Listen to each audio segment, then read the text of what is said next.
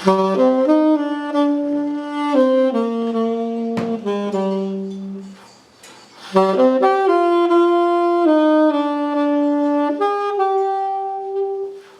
þakka fyrir að fá að vera hér með ykkur, svona virðulegum hóp. Ég ætla að tala aðeins Lúther og þjóðkirkjuhugtakið, eða þjóðkirkjuna, og hvernig hans kirkjuskilningur samræmist vel þjóðkirkjuhugtakinu eins og við skiljum það hér á Íslandi.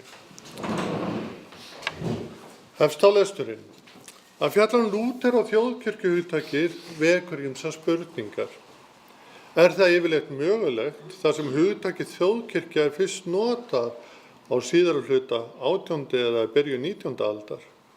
Var ekki nær að huga að umfjöllun flýti Schleiermachers samband ríkis og kirkju sem notaði það hugtak? Hann gagnrýnir í skrifi sínum harðlega stofnanlega stöðu kirkju síns tíma sem ríkiskirkju og setur á oddinn hlutverk hennar sem þjóðkirkju. Schleiermacher finnur að þeirri tilhneigingu ríkisvaldsins til að nota prestsembættin til ýmissa starfa fyrir yfirvöld sem snerta meðal annars manntal, skýrslutökur og almennt eftirlit með þegnunum. Schleiermacher segir slíkt verið andstöðu við boðunarhlutverk presta og vísar í kenningu Martins Lúthers og annarra siðbótarmanna máli sínu til stuðnings. Áhersla þeirra skýr, segir hann. Í kirkjuna á að boða fagnaðarerindið og það á að móta söfnuðinn. En það sem fagnaðarerindið á erindi við alla, það er að segja þjóðinni í heild sinni, má ekki einskorða boðuna við kirkjuna sem afmarkaðan hóp. Samkvæmt Schleiermacher gerir því fagnaðarerindið kirkjuna að þjóðkirkju, ekki meðlimafjöldin. Þetta er það sem við ruglum svolítið mikið á í dag. Þess vegna spyr ég oft þá hvenær hætti kirkjan að vera þjóðkirkja við hvaða prósentutölu. Ekki satt, það gengur ekki upp vegna þess að það er boðunin sem gerir hana þjóðkirkju. Í þessu samhengi greinir hann hlutverk kirkjuna sem eina megin stofnunum samfélagsins sem samanstendur af 3 meginkerfum eða stofnunum sem eru ríkisvaldið, efnahagskerfið og stefnanir sem sinna gildismati og menningu og þar á kirkjan heima. Og hér byggir Schleiermacher á svokallaða dreistenderlære sem Lúther notaði mikið og tveggjaríkja kenningunni. Að ofangreindu er því ljóst á umfjöllun Lúthers sambands ríkis og kirkju eða andlegs og veraldlegs vald liggur þeirri hugsundum grundvallar sem þjóðkirkju hugtakið á að rúma þó að það komi seinna fram á sjónarsviðið. Hér ættu viljið þið gera örstutta grein fyrir kirkjuskilningu Lúthers og rökstundu semdum fyrir að ríki og kirkju eigi sameiginlega að tryggja framgang fagnaðarerindisins. Á tímum Lúthers var umfjöllun samfélagshlutverk kirkjunar og mönnum framandi og var hún vart til sem sjálfstætt viðfangsefni í guðfræðilegri umræðu sem sé kirkjan. Það er fyrst á síðmiðöldum að framkoma ritun kirkjuna sem slíka en í þeim er tekið á afmörkuðum ósiðum innan kirkjunar. Rit Lúthers hér engin undantekning. Þegar hann fjallar kirkjuna er það annaðhvort í tengslu við uppgjöf hans við páfadóm eða við vingtrúarmenn. Þessu olli að staði kirkjuna var það sterk að sérstök umfjöllun hana var óþörf. Rit Lúthers endurspeglar þetta. Þegar þau eru lesin kemur í ljós að hann vill einungis siðbæta og hreinsa hana af þeim mannasetningum sem samræmdust ekki uppruna og postulegt hlutverk kirkjunar. Kirkjan er samkvæmt Lúther fyrst og fremst samfélag heilagra og þeir eru ekki afmarkaður hópur, heldur allir skírðir. Og þrátt fyrir að maðurinn sé syndari svo lengi sem hann lifir í holdi hér á jörðu, tilheyrir hann samfélagi heilagra. Í þessu samhengi skilgreining Lúthers á kirkjunni í smalkalgreinunum skiljanleg. Það er stundu sagt hérna, ég vildi gjarnan hitta þetta barn sem hann talar hér sem ég vitna hér eftir, en það er mjög skýrt hvað hann á við. Það kemur strax og eftir. Hann segir, Guði sé lof, þá veit hvert 7 ára barn hvað kirkjan er. Nefnilega heilög trúuð hjörð sem hlustar á hirði sinn. Sem sé það hlustar. Þess vegna biðja börnin ég trúa heilaga almenna kirkju. Helgi hennar er ekki háð messuklæðum, krúnurakstri, löngum klæðum eða einhverjum serimónium sem þeir, sem sé páfar og Rómakirkja, hafa sett yfir heilaga ritningu, heldur byggir hún á orði Guðs og réttri trú. Sem sé samkvæmt Lúther er það orð Guðs og trúin sem helga kirkjuna. Hún er það ekki sem stofnun, sem slík lítur hún sömu lögmálum og allar aðrar stofnanir samfélagsins. Það sem greinir hana frá þeim er að fagnaðarerindið er boðan innan veggja hennar. Þessi afstaða er sem rauður þráður í allri umfjöllum og deilum Lúthers bæði við fulltrúa páfakirkjunnar og vingtrúamenn. Minnstu orð vingtrúamenn mjög skemmtilegt. Ég hefði frá Jóni Helgasyni. Þetta er svona hálfgert vingl í þessu liði. En það má deilum það. Svona pólitísku rétttrúnaðar er ekki þar en ég tilheyri ekki þeim rétttrúnaði. Og þá hugum við aðeins nánar af uppgjöri Lúthers við kirkjuskilning Rómarkirkjunnar. Í ritum Lúthers frá 1520 er að finna megin áherslur í kirkjuskilningi hans.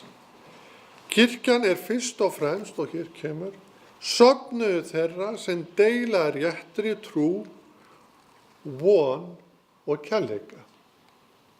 Það er eðli kristninnar, líf og náttúra, og hún er ekki sýnilegu söfnuður, heldur söfnuður hjartana í einni trú, eins og Páll segir í Efesusbréfinu, einn er drottin, ein trú, ein skírn. Það sem kirkjan er söfnuðu trúaðra orð Guðs leiðir það af sér og hún helgast ekki að tíma eða stað eða mannlegri skipan. Það er vill að halda því fram að ytri umgjörð, eining í ytri málefnum eða stjórnun tryggi tilveru kirkjunnar. Slíkt er ekkert annað en að ræna kirkjunni heilagleika hennar sem hún á fyrir orð Guðs og sakramenti. Lúther vill því greina á milli þrenns konar birtingaforms kirkjunnar. Það var að fyrsta. Fyrir að fyrsta ber að nefna kirkjuna sem andlegan veruleika orð Guðs, trúarinnar og hjartans. Hún er hinn sanna kirkja. Þessi ósýnilega kirkja er til staðar innan veggja hinnar sýnilegu kirkju sem er sem líkami hennar og er annað birtingaform kirkjunnar. Lúther notar hér líkingu. Hinn sanna andlega kirkja er sálin og meðan kirkjan sem hús og stofnunin er sem líkami.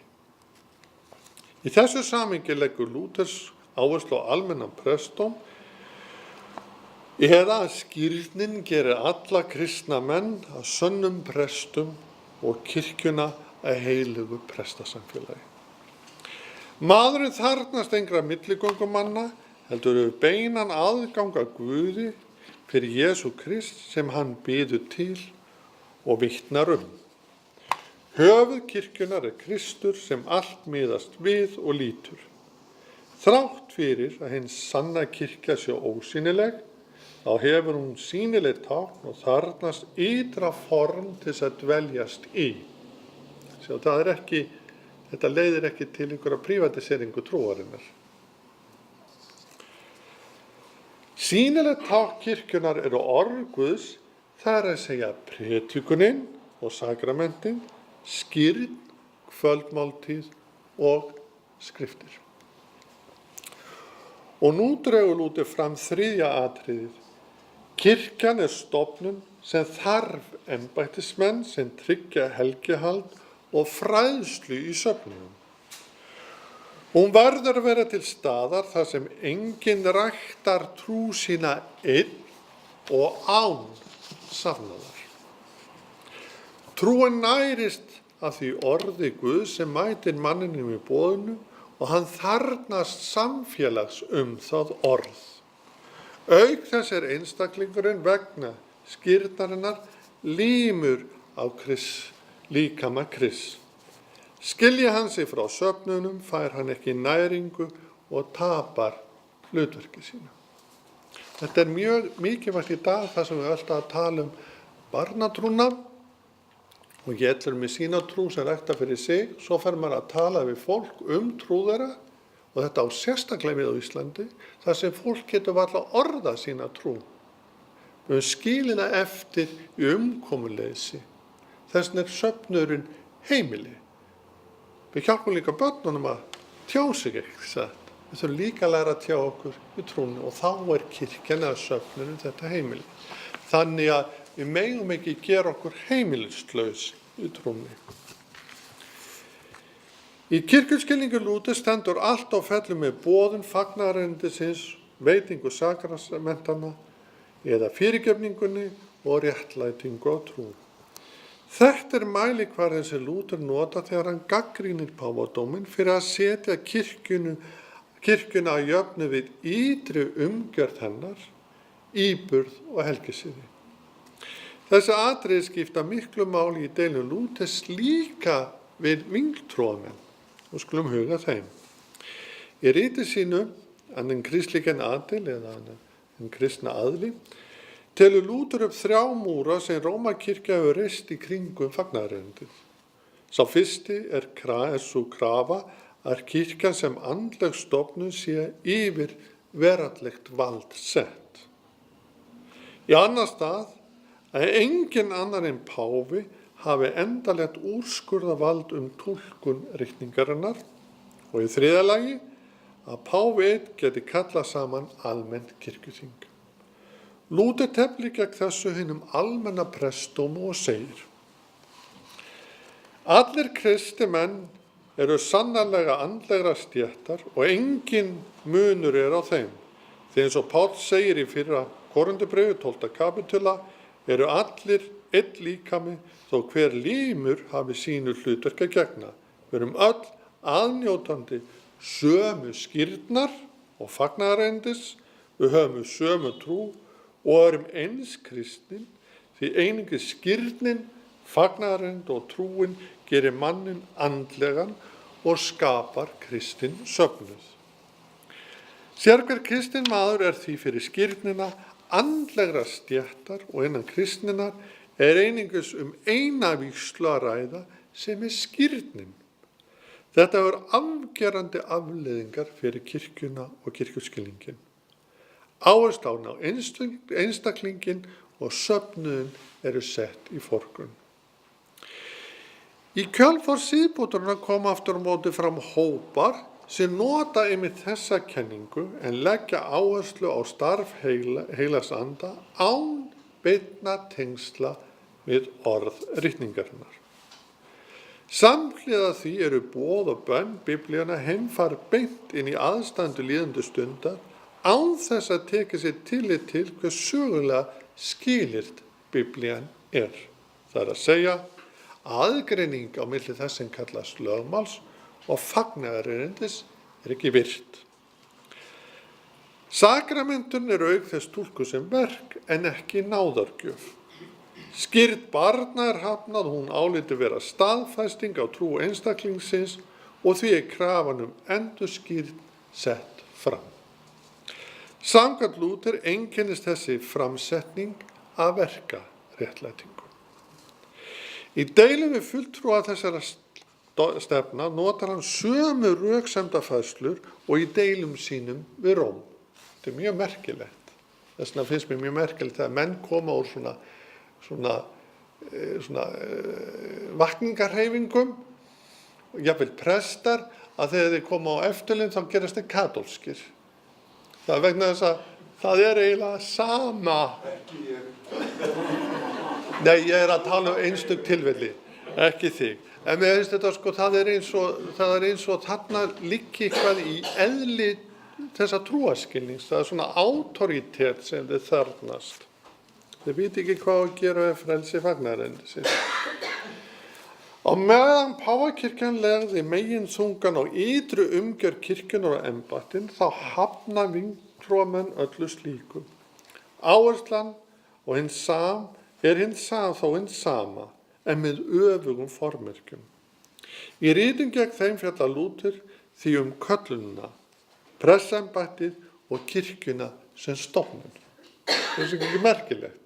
Þá kemur allt í gildi stofnunar, köllunar og embættis. Kirkjan er vegna skýrnanna andlegt samfélag presta, segir Lúther, þar sem enginn er yfir annan settur. En það á einungis við hina ósýnilegu kirkju. Kirkjan sem líka með Kristi vissulega einn, en hlutverk meðlema hennar eru mismunandi. Í þessu samhengi fjallar Lúther hina sýnilegu kirkju. Þá er það fyrst köllunin. Hafa bara í huga að þýska orðið köllun, það er beruf og berufung, má líka þýða beruf sem atvinnu. Í þjóðfélaginu verða menn að sérhæfa sig til að geta sinnt hinum ýmsu störfum eða fyllt köllun sinni. Því ekki geta allir verið skósmiðir, bændur eða verslunarmenn. Og alveg eins og menn verða að nema iðn eða leggja á sig háskólanám til að fá til dæmis lögmannsréttindi, verða menn líka að læra til press. Prestsembættinu gerir einungis sá sinnt sem hefur áunnið sér tilskilin réttindi og þar auki fengur köllun til þjónustu í söfnuði. Það sem er athyglisvert við framsetningu Lúthers er að köllunin til prestsembættisins eða boðunar og veitingu sakramenta fær einstaklingurinn ekki lóðrétt svo að segja af himnum ofan, heldur lárétt í gegnum menntun og fyrir val safnaðar. Lúther leggur ríka áherslu á í þessu sambandi að heilagur andi og starf hans sé óaðskiljanlegt frá orði ritningarinnar og taki eftir útleggingu þess. Guðfræðimenntun er því nauðsynleg forsenda til þess að geta lagt út af orði Guðs. Lúther vísar hér til þeirra staðreyndar að ritningin sé sögulega skilyrt bók. Það er því nauðsynlegt að þekkja tungumálið sem hún er rituð á, söguna og menningarlegt umhverfi hennar.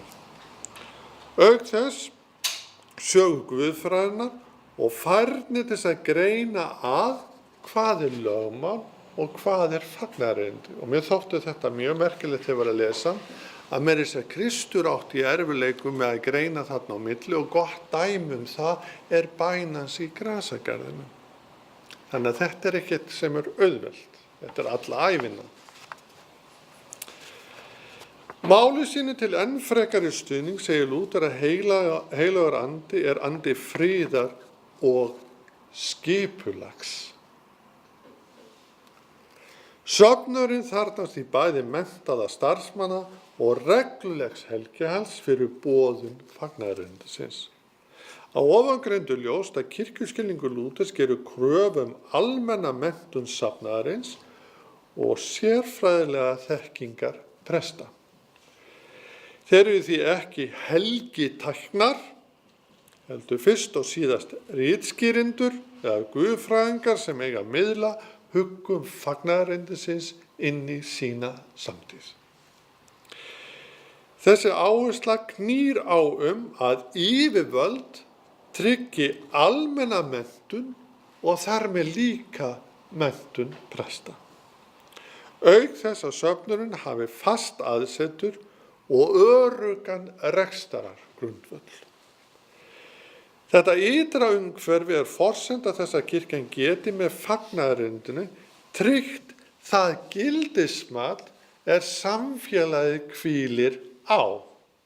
Þess vegna fannst mér alveg rosalega gaman að sjá, það var hitlistin yfir hvar fólk væri mest hamingjusamt í heiminum. Það voru Norðurlöndin sem byggja einmitt á tveggjaríkjakenningun og velferðarkerfinu það sem þetta er ræktað í lútersku trú. En við erum bara svo illa að okkur að við erum búin að gleyma hvað það kemur. En við vitum það hér.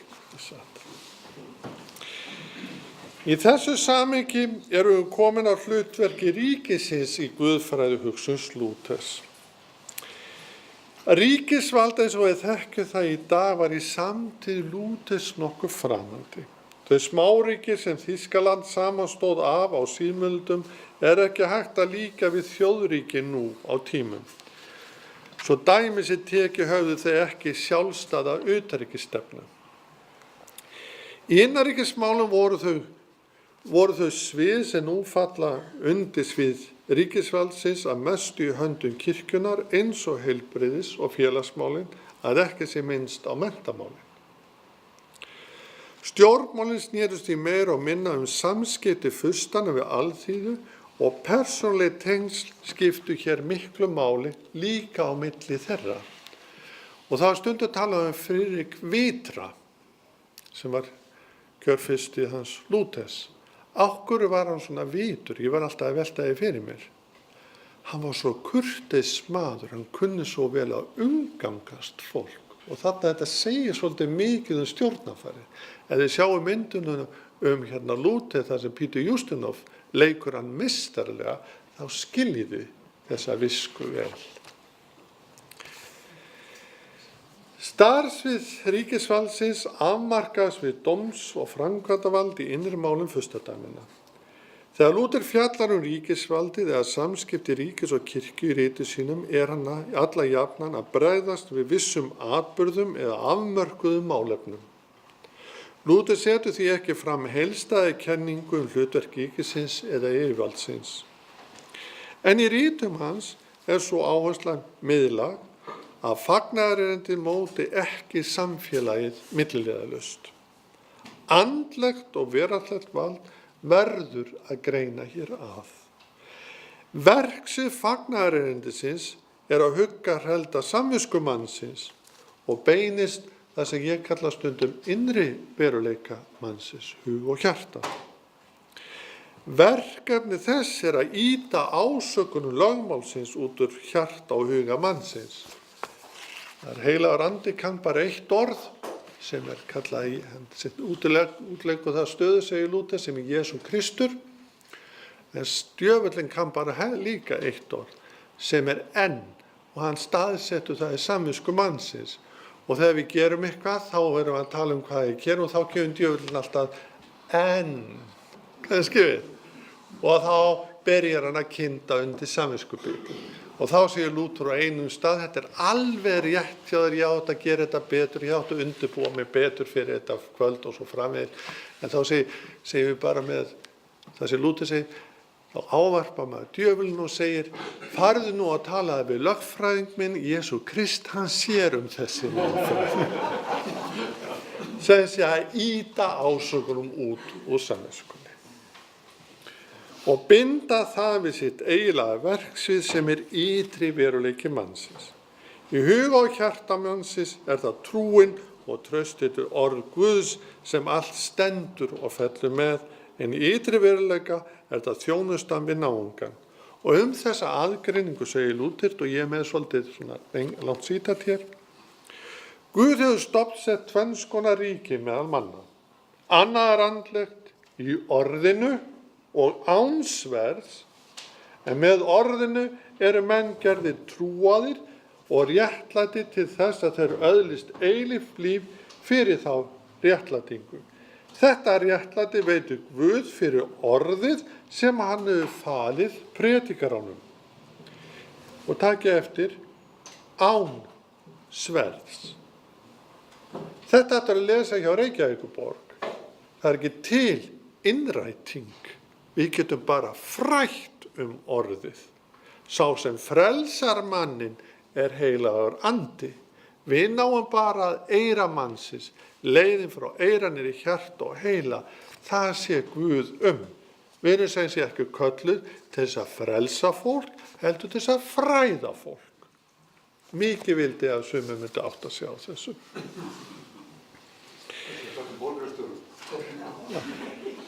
Hitt hinn veraldlega stjórnun með sverði sem gerir menn ekki trúaða fyrir orð eða réttláti þá til eilífs lífs. Takk eftir því. En fyrir hina veraldlegu stjórn eru menn neyddir með sverðinu til að vera trúir og réttlátir hér í heimi. Eins og Guð vill ekki launa mönnum með eilífu lífi fyrir þetta réttlæti, vill hann að friður ríki meðal manna og þeim sem launað með tímalegum gæðum. Þess vegna veitir hann yfirvaldinu svo mikinn auð, heiður og vald til að það ríki réttilega yfir mönnum og sjáu til þess að þeir þjóni hver öðrum í veraldlegu réttlæti. Þannig Guð sjálfur höfundur, drottinn, meistari, viðhaldari og sá sem launar jafnt fyrir hið andlega sem hið líkamlega réttlæti. Þess vegna ekki að finna í þeim mannlega skipun eða vald heldur einn guðlega vilja. Sem sé bæði hið veraldlega ríki í hendi Guðs og hið andlega. Og þarna stjórnar hann með tveimur orðum, í hinu veraldlega með lögmálinu og hinu andlega með fagnaðarendinu, fyrirgefningarorðinu. Það sami Guð. Hlutverk ríkisins eða yfirvaldsins að tryggja að þegnarnir fylgi lögum og virði þau lögmál sem samfélagi lítur. Verkefni þess auk þess að setja lög með almenna velferð þegnanna í huga.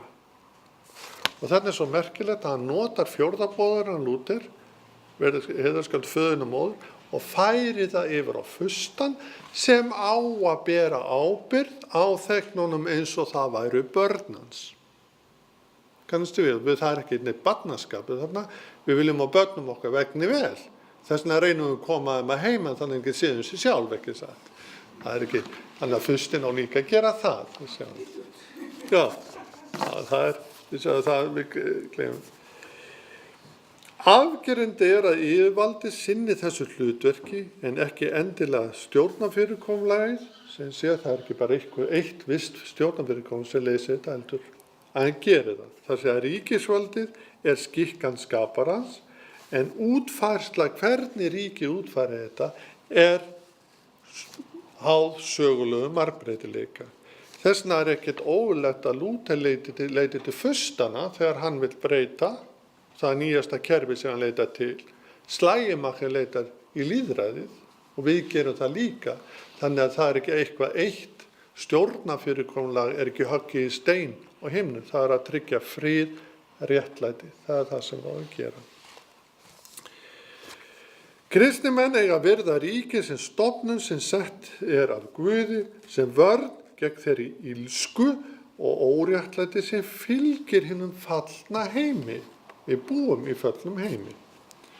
Í ljósi þessa ómögulegt að stjórna samfélaginu með fagnaðarerindið eða stofna Guðsríki og jörð.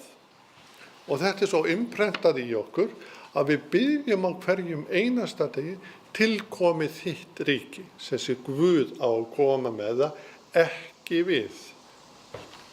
Það endar alltaf í ósköpun þegar menn alltaf stofna Guðsríki og jörð.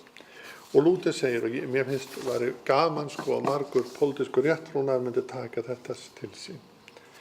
Hérna kemur sítat sem ég finnst ógurlega vænt. Það vissulega satt að hinn kristnu þurfa engin lög og ekkert sverð fyrir sig sjálf til að þeir hlýði. Það merkir þó ekki að hægt sé að stjórna heiminum með fagnaðarerindinu.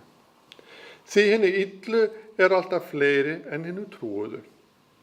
Að stjórna landi eða verald með fagnaðarerindinu líkt og hirði sem setti í eina rétt úlfa, ljón, erni og kindur, hefði enga dilka og leyfði þeim að hlaupa frjáls og segði: hér skuli þið dvelja og verið réttlát og friðsum og leikið ykkur fallega saman. Ég skil dyr réttarinnar eftir opið svo þið komist í bithagana. Kannist ekki við svona lið í dag? Þetta alveg barnaskapurinn að keyra koll hérna á okkur. Þetta er svona heimsku. Já, ok. Þetta er ekki nýtt. Og svo segir hann: kunda og starf hirðisins þurfið þið ekki óttast. Hér myndu kindurnar vera gæfar og láta að stjórn, en þær myndu ekki lifa lengi, né gætu nokkur hinna dýrana una saman. Því verður að greina á milli ríkjanna tveggja og leyfa báðum að standa. Annað til þess að rækta trúna, hitt til þess að tryggja ytri frið og hindra vond verk. Þess vegna eru lögin sett fyrir þá sem neita að hlýða. Og hvorugt getur án hins verið. Af ofangreindu er ljóst að ríkisins er að tryggja frið og sé í landinu, taki eftir að tryggja frið og sé í landinu. Ríki getur ekki tryggt að við verðum hamingjusöm. Hugsið ykkur kærurnar á hendur ríkinu og getum tryggt að þetta vera hamingjusöm. Það var endalaus málaferli. Ja? Tryggja frið og umhverfið þannig að gætum kannski öðlast hamingju. Segir sig að tryggja frið og sé í landinu og hann er forsenda þess að hægt sé að boða fagnaðarerindið. Þessi áhersla lúti styrkti stöðu og vægi ríkisins innan samfélagsins og leið farði því aukið vald og ábyrgð. Það segir skyldur og réttindi fara ekki saman. Þessi áhersla kemur vel fram í umfjöllun Lúthers nauðsins friðarins. Hann segir: því þar sem engin stjórn er, eða þar sem hún nýtur ekki virðingar, þar er og engin friður. Og þar sem engin er friðurinn, er enga næring að finna. Og þar getur engin lofað eða haldið heit vegna ilsku, þjófnaðar, ránsferða, valds og ódygða. Og við þurfum nú bara að lesa hérna bókina sem var að koma núna til þess að átta okkur á þessu. Það er svona barnaskapurinn að halda heiminu sé ekki fallin. Ég held að sé alveg búið að afsanna það í fréttum okkur einasta degi. Við slíkar aðstæður ekki lengur neitt rými til þess að kenna orð Guðs, takk eftir. Leiða börn til Guðs, ala þau upp. Þarna sérðu hversu keisaralega, já, himneska borg sá fursti byggir sem verndar þegna sína. Það er vissulega gott og nauðsynlegt að menn reisi örugga borgir og kastaleg gegn óvinnum og stjórnum vel og hafi vald. En þetta nýttist í engu ef furstin byggi ekki friðarborg.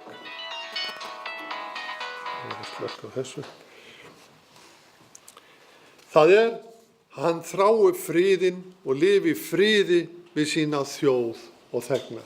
Að lifi í friði við sína þjóð og þegna.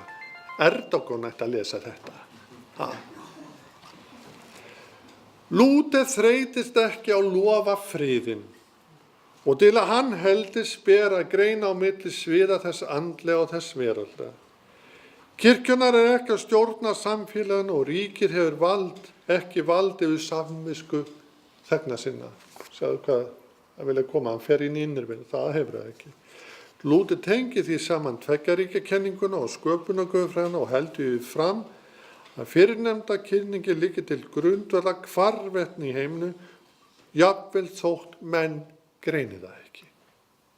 Og það er kannski vandinn í dag. Mér finnst rosalega gaman að horfa á fréttir og sjá hvernig menn rugla þessum sviðum saman og eru að tróðast inn í innra líf fólks og virðir ekki inn ytra frið. Og þá niðurstaðan. Samkvæmt Lúther eru hlutverk ríkis og kirkju ólík en nátengd. Ríkisins er að tryggja frið og réttlæti innan samfélagsins og það eitt hefur rétt til að beita valdi til að tryggja það. En valdbeitingin fer alltaf eftir lögum. Eins og hann sagði við mig áðan, ég var að leggja bílinn hérna fyrir utan, ég gæti fengið sekt, það sverðið, og en hann ætlaði að borga það fyrir mig. Það náungakærleikur. Kirkjan aftur á móti á með boðum fagnaðarerindisins að treysta undirstöður eða gildismat samfélagsins. Og vandinn í dag, þegar við erum að tala svona fjölmenningarsamfélag og svoleiðis, að við erum með myndir af þessu fjölmenningarsamfélagi eins og þetta sé bókabúð. Það sem bara margar bækur maður geti valið úr og átta sig ekki þannig fólk sem tekst á gildismat. Og gildismat og lífsýn manns manns hjartansmál og það vera árekstrar og þá ekki hægt að koma með ykkur að bangsimón guðfræði eins og með alltaf. Til að sinna því ber yfirvöldum að tryggja starfsaðstöðu kirkjunnar eða með nútíma orðalagi ríki verður að tryggja stöðuga umræðu verðmætamat og að menn geti stundað hana í samfélagi við aðra. Og þarna má vera með mjög harða orðræðu gegn kenningum og svo framvegis. Móðga fólk, það bara svo erfitt, fólk móðga svo vegna þess að eigna sér svo kenningar. En við verðum að hafa leyfi að vera, eins og eitthvað síflisýsti fyrir Achtung. Maður getur ekki látið eins og manni finnist eitthvað gott sem maður fyrirlítur algjörlega, finnst algjör della, þá verður maður að segja það og þá sem maður segja það við, hann halda svona kenningu fram, hann þarf ekki að taka það til sín, hann ekki kenningin sem hann fylgja. Sjá hvað þetta erfitt samt. Og ríkið á að tryggja þetta sé mögulegt. Í þeirri umræðu hlutur þjóðkirkjunnar, samt gildismati í samfélaginu, óumdeilanlegt og ég var að ætla að fara í bókabindindi, hélt að 3 vikur, þangað til ég sá svo skemmtilega bók sem fjallar það að við erum alltaf að tala það að trúarleg umræða sé lífandi innan kirkjunnar og nýjustu rannsóknir sína að fólk verður bara skeytingarlaus. Innan kirkjunnar fer fram þessu trúarlega umræða og ef hún fer ekki fram þá hrakar gildismatinu í samfélaginu vegna þess að ríkið setur ekki sjálft sinn grunn. Þetta 2 ríkja kenning Lúthers og þess vegna þjóðkirkjan svo nauðsynleg út af þessari samfæringu, ekki prósentutölu. Ég þakka áheyrnina.